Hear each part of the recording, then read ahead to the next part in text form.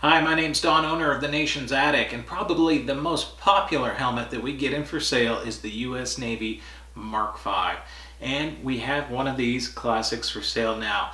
This is an early World War II dated helmet, actually May 1942, made by the A. Schrader Son Company in Brooklyn, New York. Now, a lot of the Mark V's that we get actually are from the World War II time period, as that's probably when they made the most. But they made the Mark V from 1915 for the U.S. Navy clear into the mid-1980s. But what we have here is a nice early World War II date helmet. And I'm going to go ahead and I'll cut and we're going to zoom in and I'll show you all the different features, the details about this amazing helmet.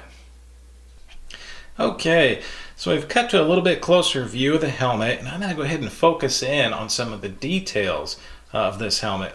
Now, Nation's Attic, we only handle authentic helmets, and this is an authentic Mark V. Now, the first thing to look at on most of these when identifying the specific helmet is the identification plate. So I'm going to zoom in right here so you can take a closer look. And that is a typical identification tag from World War II for an A. Schrader & Son Mark V. Now, there was only 4 manufacturers of the Mark V during World War II, and Schrader was one of the primary ones. Now, I'll zoom in a little bit closer here so you can see that it is stamped and dated May of 1942. So relatively early World War II dated helmet. They really didn't ramp up huge productions on these until a little bit later in 42, and then really heavy in 43, 44. Now this helmet, as you can see, it's got an interesting look to it. Now Mark V's have a copper body, and then the hardware, meaning guards, brails, wing nuts, things like that, are made of brass. So this one, the copper body, actually has some of its original tinning remaining on it. So when these helmets were made originally, they had a gray tinning on the copper body. So you can see elements of that tinning. Now from use, time, things like that, that tinning gets wore off, especially with the Mark V where you had ropes, straps, things like that. And those ropes and straps would be, a lot of times rubbing right here on the breastplate, on the front and on the back. So classic signs of use on this helmet. And there's no doubt that this helmet was used, more than likely, without a doubt, during the war, and then probably afterwards as well. So I'm going to go ahead and I'm going to cut and we're going to take a look at some of the other details. Okay, so a lot of times we get the question by folks, is this helmet, was it in the Navy inventory? Was it used by the U.S. Navy? Well, one way to determine that quickly is to see if it has a U.S. Navy inspection stamp. Now, the different manufacturers during World War II would have these stamps in different locations, and that just pretty much depended probably on the specific inspector or inspectors that were looking at these helmets from the companies. Now, Schrader helmets usually had an inspection stamp up at the communications cup. So I'm going to go ahead and zoom in close on that so you can see that. Now, right here is the communications cup, or where the transceiver would be inside the helmet. Now, the U.S. Navy inspection stamp, if one is present, is typically right here. Could be hard to see. I'll get in close. You can see it. It's a small anchor with U.S. on it. We'll take some different views there, but it is there. So without a doubt, this helmet was in U.S. Navy inventory and used, which is really a special part of the helmet's history. Now, the other part of that too, on Schrader helmets, typically, this area might have a serial number, and that serial number would be typically right here.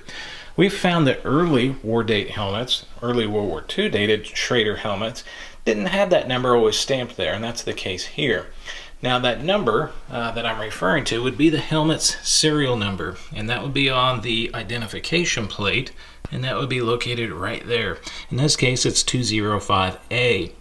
Now, with these Schrader helmets, and once again, I'm referring to this as a Schrader helmet or a Schrader Mark V because they're the manufacturer.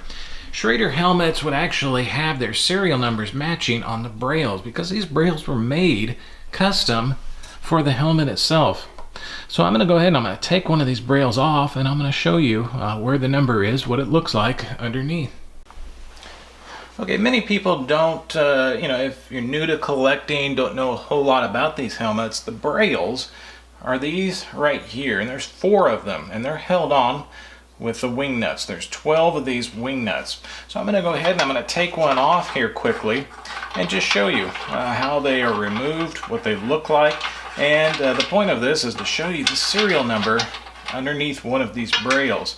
The wing nuts in this case, they all thread on and off nice and easy, just as they should. They're not stuck or anything like that. Now you notice on this helmet, the brass hardware here, it has a nice shiny look. So in the past, this particular one's been polished out. Really gives a great look to this helmet. It just accents the differences between the solid brass and the copper body. So we've got these 4 wing nuts removed, and I'm going to remove the Braille. So we've got a solid piece of brass. Now underneath here, and once again it may be hard to see, the serial number is going to be stamped right here. And in this case, 205A matches the serial number on the identification plate. On this helmet, all 4 of the Brailles have this matching number, which is important to know that all of this is matching and original to each other. Okay, and we've got the Braille back on now, and I'm going to go ahead and point out some details. We've gone over the serial numbers. Now this helmet, as I mentioned, pretty much bone stock original. It's got the hardware, we've got the exhaust valve here, the spitcock valve right here. We've got the guards present on all the windows, original guards. The glass is intact, looks really good. The helmet, as we mentioned, it's probably got maybe 30% of its original tinning remaining. Now at some point the brass hardware has been polished out, really accents the brass against the copper body. I would say somebody's probably, like a car, put wax on the body of this.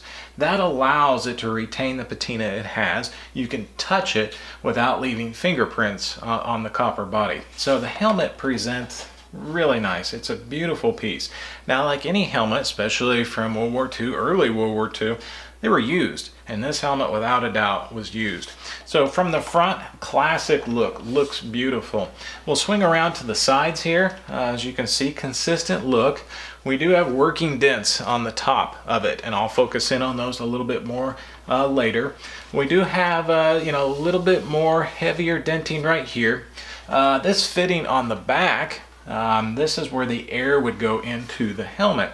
It's pushed in a little bit. Sometimes possibly a diver, a tender, they may have taken the bonnet off, set it down hard, or maybe the diver simply hit something, pushed it in a little bit here. So that's something we want to point out for display purposes. It just adds to the helmet's authenticity, and really it's not a visible issue from the front at all. Now another little point here we wanted to point out is right here would have been what's called a dumbbell safety latch. That is missing. Once again, from the front, not visible. These things can be installed and put on though. The good folks in Milwaukee, Wisconsin at Desco can have one of these, send one, install it for you, that sort of thing. They do great work on these vintage Mark V's in terms of restoration. But we've got all the wing nuts. As I mentioned, the Brailles are here. Inside the helmet, the vents are present as well. So a nice, complete, beautiful display helmet. So I'm going to go ahead and I'll show you some more shots of the top, things like that, so you get a good feel for just how beautiful this helmet is. Okay, so I'm going to go ahead and show you just the overall views of it. I'm going to focus in on the top of the helmet a little bit too, just to kind of show you the various working dents so you have an excellent idea of this helmet's condition. If we swing around to the back, you can see it's got its battle scars here. Now, none of these dents protrude all the way through the helmet in any way. Probably the most severe area would be right here around the air fitting. You can see it's pushed in just a little bit there. And so that's just an area that, it's a factor. Now, that can be repaired if so desired, but typically it's just part of this helmet's history. So if we scan around to the top, you'll see these various working dents. As I mentioned earlier too, You can touch the copper body of this helmet. You don't have to worry about it turning different colors, turning brown like a penny, because it has a nice wax coating over it that protects that finish. Along the bottom here, you can see the typical working dents on the back of the breastplate as well, but nothing severe at all. You can just tell from the ropes and straps that it's worn that tinning. But this helmet just has a great general look. As you can see here, it would look great in any home or office. It's an impressive piece. Certainly attracts attention from almost everybody that sees it. If you have any questions, please don't hesitate to give us a call or a text. Our phone number is 316-371-1828, and our email address is helmets@nationsattic.com. Our website is oldhelmet.com. And once again, my name is Don, owner of the Nation's Attic.